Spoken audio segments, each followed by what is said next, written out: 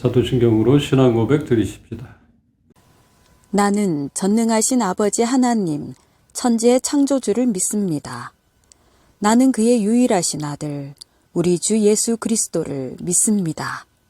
그는 성령으로 잉태되어 동정녀 마리아에게서 나시고 본디오 빌라도에게 고난을 받아 십자가에 못 박혀 죽으시고 장사된 지 사흘 만에 죽은 자 가운데서 다시 살아나셨으며 하늘에 오르시어 전능하신 아버지 하나님 우편에 앉아 계시다가 거기로부터 살아있는 자와 죽은 자를 심판하러 오십니다.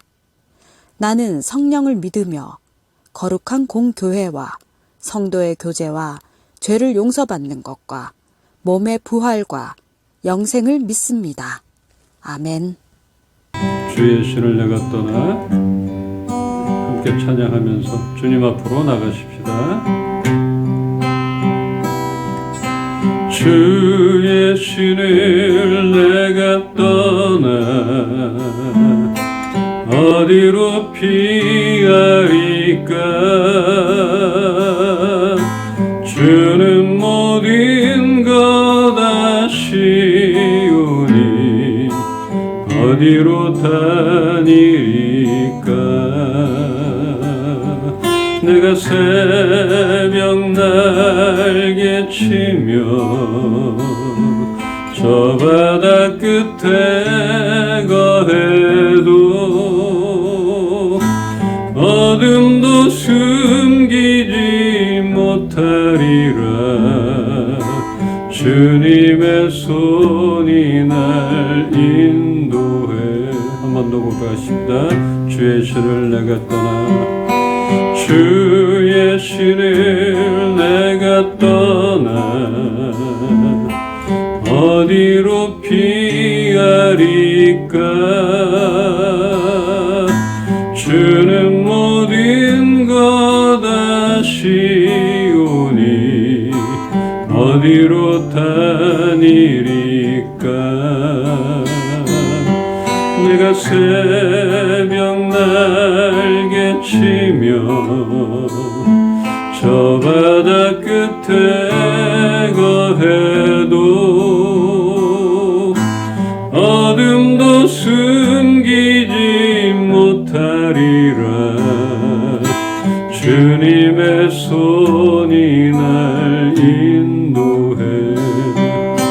주님은 내 모든 것을 지으신 분이시니 주님의 위대하심을 내가 고백하리라.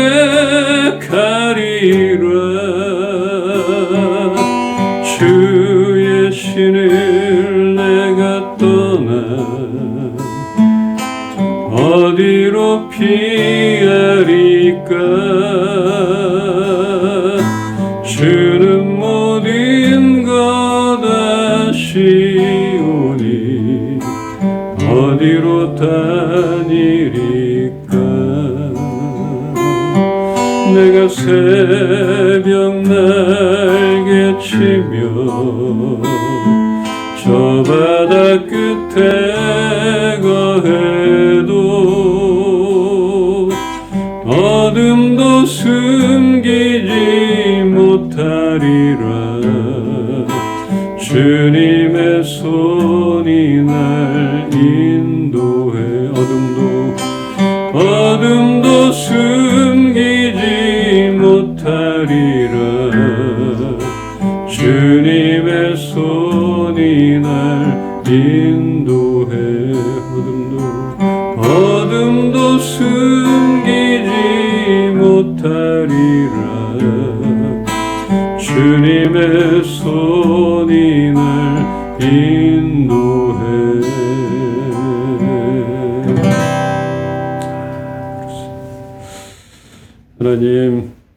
하나님의 그 날개 그늘 아래로 우리가 들어갑니다. 세상으로 향하는 우리의 발걸음들이 하나님께로 옮겨지게 하여 주시옵소서. 주님께만 참 평안이 있고 안정감이 있음을 이 시간에 우리 모두가 알게 하여 주시옵소서. 찬양하며 또 주님 말씀 듣길 소망합니다. 오늘도 우리 각자에게 말씀하여 주시옵시고 어느 곳에 있든지 동일한 은혜로 부어 주시옵소서. 예수 그리스도 이름으로 기도합니다. 아멘. 오늘 말씀 사사기 21장 25절입니다. 그때 이스라엘에 왕이 없으므로 사람이 각기 자기의 소견에 오른 대로 행하였더라. 어떤 일이나 사물을 살펴보고 가지게 되는 생각이나 의견, 이것이 소견이라 합니다.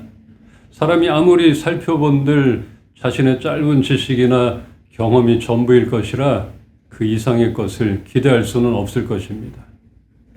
여호수아와 갈렙과 함께 요단을 건너 그 땅에 들어갔던 그 세대들이 다 죽고 약속의 땅 가나안으로 들어가 그 땅에서 살게 된 이스라엘 백성들은 남아있던 족속들을 다 정복하지 못하고 부패와 내부 분열까지 발생하며 그 조상들보다 더 악을 행하고 우상을 숭배하며 가나안 족속들처럼 살아가게 됩니다. 지난번 말씀에서 하나님은 여호수아의 때에 그 땅의 족속들을 다 쓸어버리지 않으시고 남겨두셨음을 보았는데 여호수아가 죽은 후에도 남겨져 있던 이방 민족 그들을 이용해서 조상들이 여호와의 길을 지켰던 것처럼 이들도 그 길을 잘 지킬 것인지 아닌지를 시험하고자 했던 것입니다. 그들의 조상 때는 그래도 모세에게 직접적으로 말씀하셔서 그들에게 율법도 가르치시고 법과 질서를 잡아주시기도 하셨지만 여호수아도 떠나고 그렇게 가르치고 끌어줄 사람이 없었습니다. 이스라엘의 12지파가 각각 땅을 분배받아 그곳을 정복하여 살게 되었는데 더 악을 행하며 우상 숭배를 하며 하나님 말씀으로부터 떠나 자기 소견에 오른 대로 행하게 되는 그런 최악의 시대가 되었던 것입니다. 미국을 보니까 주마다 도시마다 이 법이 다르더라고요. 이쪽에서는 범죄인데 저쪽으로 넘어가면 죄가 되질 않고 이제는 마약에 대해서 관대해지는 그런 주도 늘어났다고 합니다. 뭐 태국만 그래도 대만과 뭐 이렇게 음식에 넣어서 먹는 것도 합법이라 그래서 주의하라고 모르고 먹어도 그건 죄라고 벌 받는다고 그렇게 하는데 이 겁나는 세상이에요. 이렇게 사람에 의해 법이 다르게 적용되고 있기에 더욱더 혼란스러울 수 있을 것인데 하나님의 법이 사람에 의해 그때그때 다르게 적용되어서는 안 될 것입니다. 이렇게 혼란스럽고 오랜 사사의 시대가 끝나고 이스라엘 백성들은 왕을 세워달라고 요구하게 됩니다. 성경 속에서 자신의 소견에 오른 대로 행했던 인물들이 많이 나오는데 그 대표적 인물이 사울입니다. 우리 말씀 좀 볼까요? 사무엘상 15장 20절, 21절을 한 절씩 보겠습니다. 사울이 사무엘에게 이르되 나는 실로 여호와의 목소리를 청종하여 여호와께서 보내신 길로 가서 아말렉 왕 아각을 끌어왔고 아말렉 사람들을 진멸하였으나 다만 백성이 그 마땅히 멸할 것 중에서 가장 좋은 것으로 길갈에서 당신의 하나님 여호와께 제사하려고 양과 소를 끌어왔나이다 하는지라. 네. 우리가 보기에 너무 아깝고 이것을 하나님께 드리면 더 좋지 않을까 이런 생각으로 이런 판단을 하게 되는 것입니다. 이 사울도 다 진멸하라, 남겨두지 마라 이렇게 분명히 알려주고 명령하셨고 잘 알고 있습니다. 그런데 자신이 보기에 너무 좋아 보이고 이걸 하나님께 드리면 제사로 드리면 좋지 않을까 이런 생각을 갖고 이렇게 판단하게 되는 것들을 이런 것들을 좀 보게 됩니다. 어느 큰 교회 목사가 미국 라스베이거스 카지노에 가서 도박을 한 것이 보도가 되었던 적이 있습니다. 그 목사가 하는 말이 카지노에서 돈을 따서 교회에 헌금하려고 했다. 참 어이가 없죠?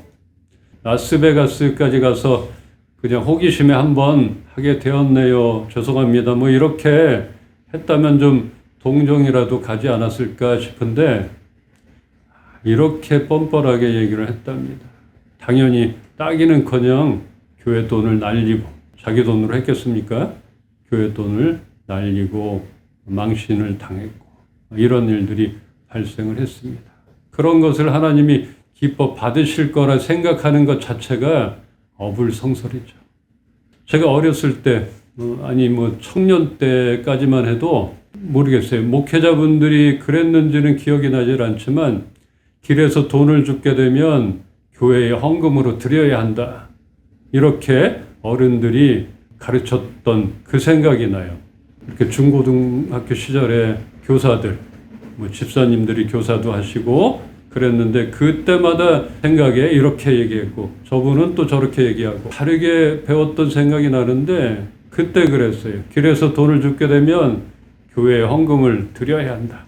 하나님께 드려야 한다고 선생님들한테 배웠던 기억이 납니다. 하나님이 그런 것을 받고 좋아하실까? 또한 그런 것을 원하실까? 이렇게 생각이 됩니다.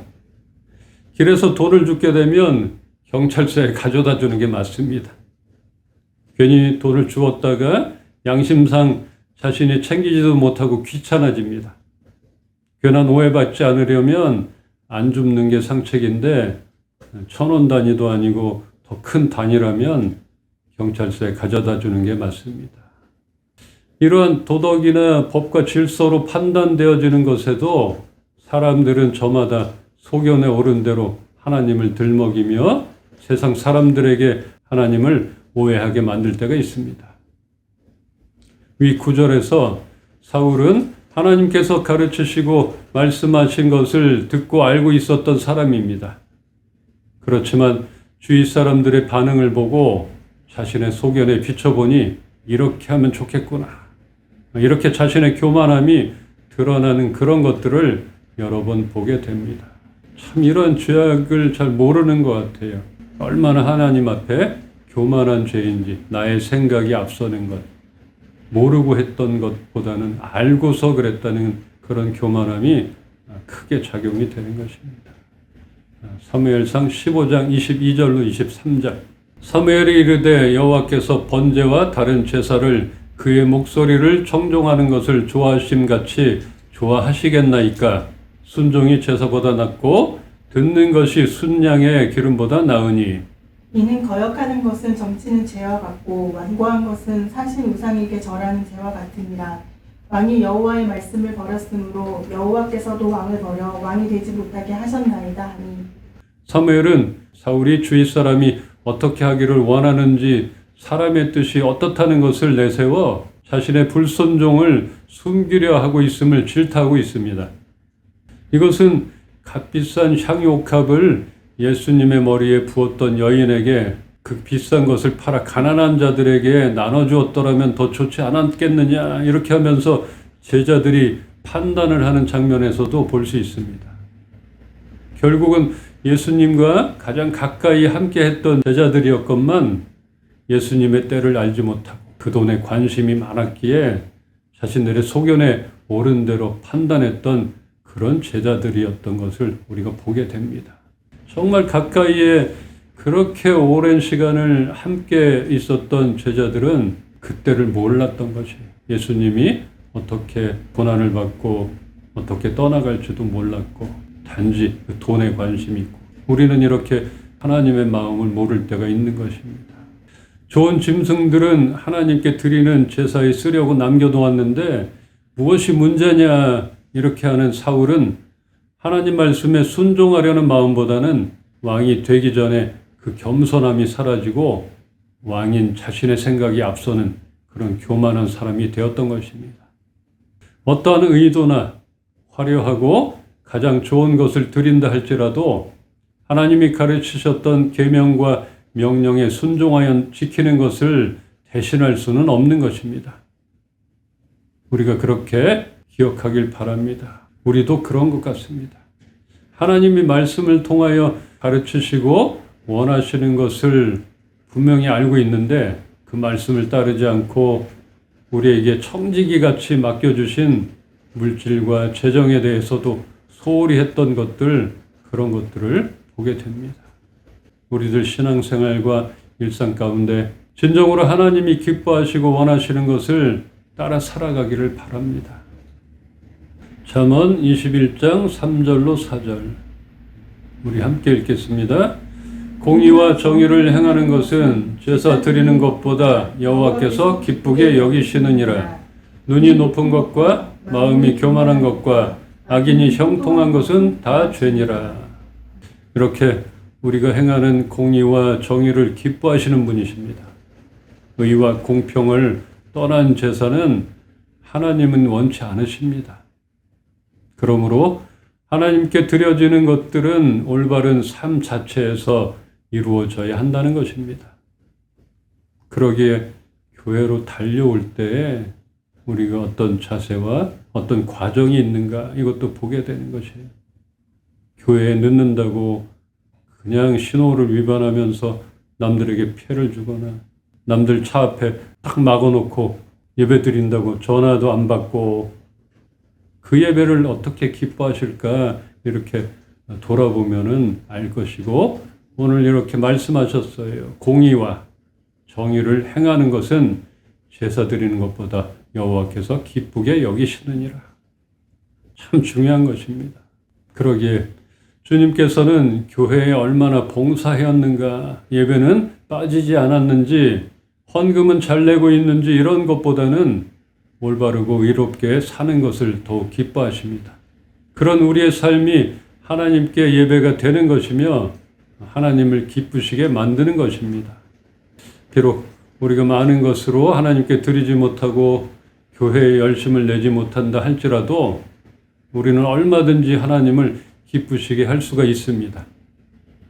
거만함과 교만한 마음, 악인의 형통한 것, 그런 것 모두 하나님의 뜻에 어긋나는 것이니까 부러워할 필요가 없습니다.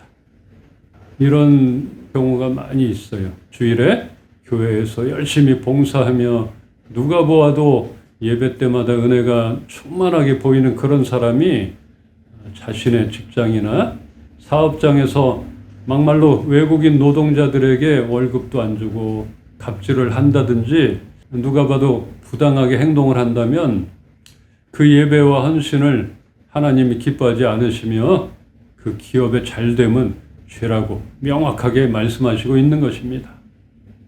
저는 어려서부터 교회에서 자라왔기 때문에 직장을 다닐 때도 회식 자리에서 술을 마시지 않았습니다. 잘 참석도 하지 않았죠. 그 회식이나 뭐 이런 모임에 잘 가지도 않고 도망가기도 했었어요. 그렇게 가게 되면 안주만 먹어서 별명이 안주빨이었어요. 그리고 그때부터 이목사였어요. 돌아보니까 얼마나 이기적이었고 교만했던지 부끄럽게 여겨집니다. 그렇게 담배 안 피고 술 안 먹는 것으로 신앙인인 것만 구별되어졌던 그런 적이 있었습니다. 너무 율법적이었고 동료들에게 협동적이거나 그들을 위하여 헌신한 것은 없었던 것 같습니다. 그렇게 구별된 삶보다는 분리된 삶을 살았던 저의 젊었을 때 생각이 납니다. 레위기에는 정말 세밀하게 제사법을 가르치고 있습니다. 그렇게 참으로 제사 자체도 중요하지만 아무리 제사를 드린다 할지라도 드리는 자의 마음과 그 삶에 구체적인 변화가 없다면 그것은 외식일 뿐이라는 것입니다. 우리는 오늘 하나님이 기뻐하시는 것에 초점을 맞추기를 바랍니다. 우리는 어떠한 상황과 환경에서도 하나님 앞으로 나아가 예배를 드릴 수 있습니다. 간혹 그러잖아요. 네가 무슨 자격으로 예배를 드리냐. 하나님 말씀도 모르고 봉사나 헌금도 안 하면서 예배는 무슨, 네가 아직도 세상 사람들이 하는 거 다 하면서 네가 교회 다닌다고? 이렇게 보는 사람들도 있어요. 그래서 참 청년 세미나나 청년들에게 메시지를 전할 때 그랬었어요. 술이나 담배나 할 수는 있지만 세상 사람들이 하는 것들 우리도 할 수는 있지만 교회 다닌다 하면은 판단받게 된다는 것이죠. 그게 죄도 아닌데 세상 사람들은 교회 다니면 술 안 먹고 담배 안 피는 줄 알아요. 그래야만 교회 가는 줄 아는 것이에요. 참 이거는 좀 잘못된 것인데, 그래서 술자리에서 한번 술을 먹게 되면 다음에 또 안 먹으려고 하면은 지난번에 잘 먹어놓고 왜 안 먹냐 이렇게 또 따지게 되고, 나 교회 다녀서 못 먹습니다. 아이 누구 어떤 집사는 잘만 먹더라. 그게 뭐 죄도 아닌데 이렇게 하니까 거절하기도 못하고 참석하지도 못하겠고 참 어려운 것이에요. 그래서 내가 생각할 때는 안 할 수만 있으면 안 하는 게 좋겠다. 또 그걸 판단하는 사람들이 있을 때는 정말 지혜롭게 판단해서 먹든 안 먹든 그거는 사도 바울이 말했듯이 우리는 먹든지 마시든지 어떻게 할 자유가 있고 그럴 자격이 있다는 것인데 거절하거나 보여지는 것에 참 핑계도 안 되고 이 핑계를 댈 수도 없고 나 자유야 이까짓 거 먹어도 돼 아니면 뭐 한 잔만 먹어도 돼 아니면 이 정도 괜찮이 어려워 뭐 설명하기도 어렵고 참 힘들어집니다. 그게 중요한 것이 아닌데도 보여지는 것이 그렇기 때문에 제가 청년들에게 세미나나 특강을 할 때는 되도록이면 안 하면 좋겠다. 그러나 그걸로 인해서 죄책감이나 교회에 나오는 것에 예배 드리는 것에 대해서 공격을 받거나 죄책감을 갖고 자책이 된다면 그것은 사탄의 계략인 것이다. 우리는 치열하게 세상에서 살면서 그래도 구별되려고 말씀을 따라 살려고 애쓰고 그렇게 하나님 앞으로 애통하는 마음으로 나와서 나를 기다리시며 나를 만나기를 기뻐하시는 하나님과 우리도 기쁨으로 만나야 할 것입니다. 그렇게 만나는 것이 중요합니다. 이것만큼은 양보할 수가 없는 것입니다. 그래서 주의를 지키는 것 참으로 중요합니다. 그러나 지키지 못하는 상황들 이럴 때에도 하나님 앞으로 나가는 것 어느 곳에 있든지 하나님을 만나는 것은 주일마다 예배드리고 또 봉사를 열심히 하면서 삶 가운데 하나님의 성품이 드러나지 않는 그런 사람보다 100배, 1000배는 하나님이 기뻐하실 것입니다. 그래서 어느 곳에 있든지 하나님을 만나길 소망합니다. 이렇게 사무엘이 사울을 지적한 것을 보면 사람이 자신을 하나님보다 더 높이고 자신의 목적을 위해서 하나님을 이용하게 되는 경우에는 제사, 곧 예배가 우상 숭배로 된다는 것입니다.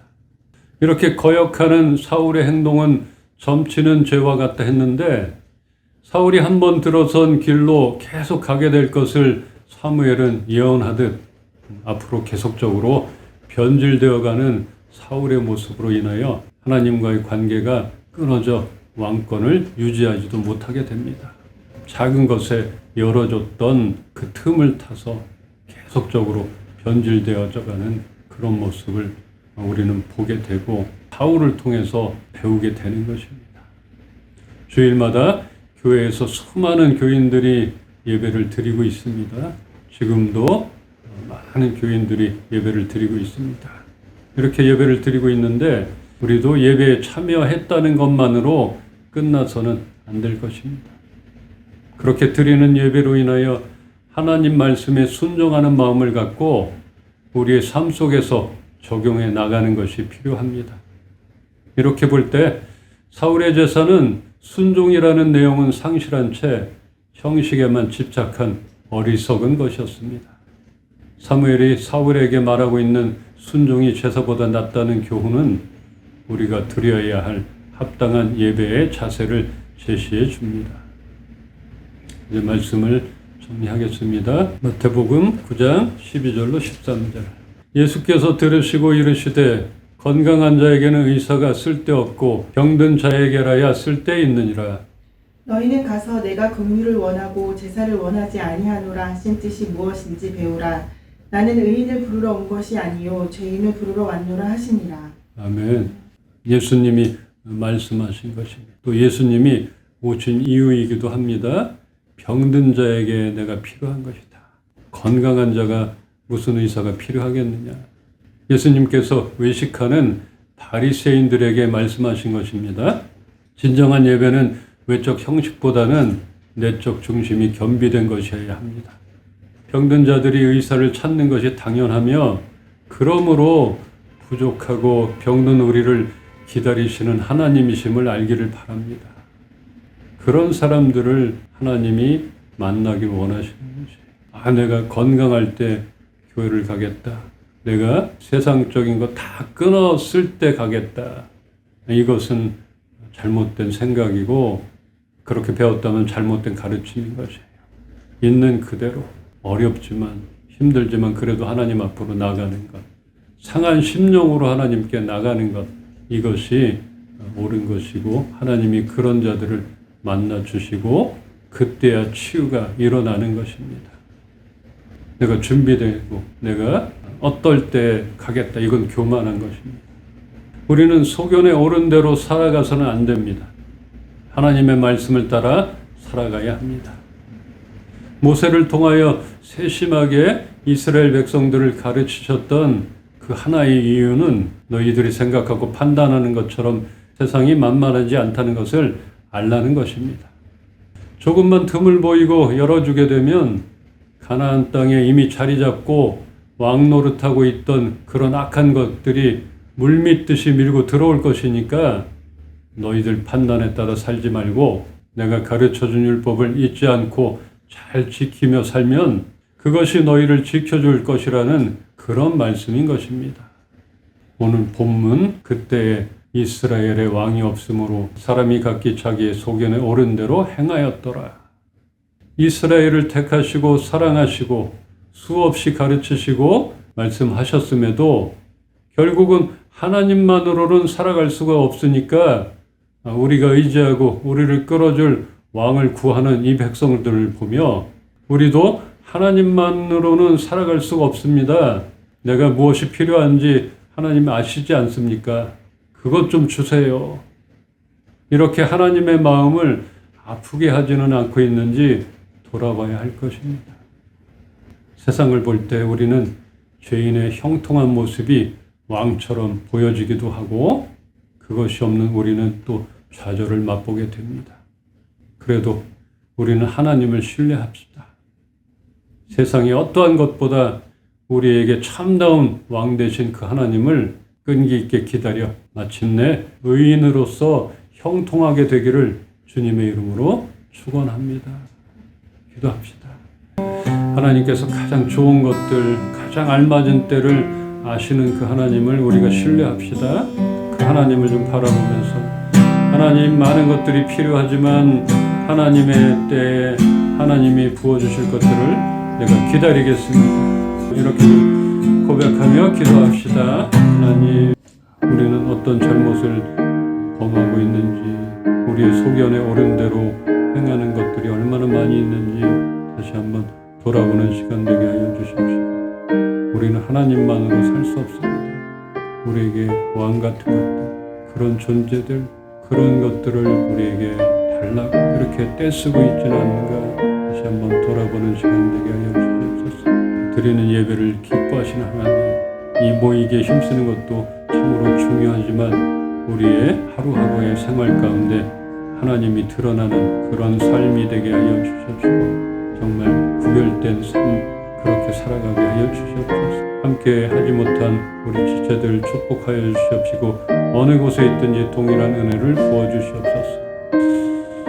주 예수 그리스도의 은혜와 하나님의 사랑과 성령님의 교통하시고 오늘도 살아 역사하심이 하나님만 의지하며 하나님을 바라고 하나님의 그 말씀에 순종하기로 다시 한번 결정하는 우리 이은비 식구들, 주의 사랑하는 자녀들 머리 위에 이제로부터 영원토록 함께 계시기를 축원합나이다. 아멘. 아무것도 두려워 말라. 우리 찬양하면서 또 세상 가운데 나가십시다. 아무것도 두려워 말라. 주 나의 하나님이 지켜주시네. 놀라지 마라. 겁내지 마라. 주님 나를 지켜주시네. 내 맘이 힘에 겨워 지칠지라도 주님 나를 지켜주시네. 세상의 험한 풍파 몰아칠 때